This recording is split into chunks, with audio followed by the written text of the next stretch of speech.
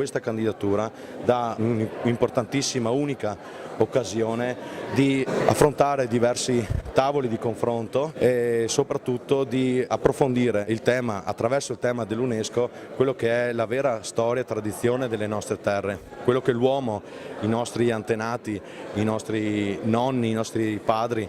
hanno saputo fare nel corso dei decenni e dei secoli, vale a dire rimanere con profondo amore e attaccamento per la propria terra, rimanere in territori che potevano essere considerati impervi, difficili da vivere, da coltivare. Invece il loro amore ha superato queste difficoltà e ci hanno regalato oggi a noi questo patrimonio. A noi sta il doveroso impegno di continuare in questa strada. Sarà un processo continuo di miglioramento.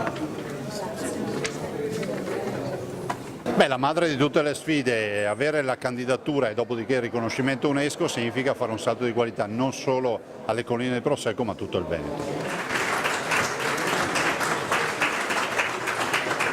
È un vantaggio dal punto di vista della conoscenza, dal punto di vista del circuito in cui questa peculiarità potrebbe essere inserita, quindi credo ci sia solo da avere vantaggio, ma non deve essere solo un vantaggio economico, dobbiamo ragionare anche in termini di vantaggio complessivo di crescita di questa realtà, che è una realtà che produce un vino straordinariamente apprezzato nel mondo, che però deve fare ancora un percorso e questo può essere un elemento che aiuta a fare questo percorso.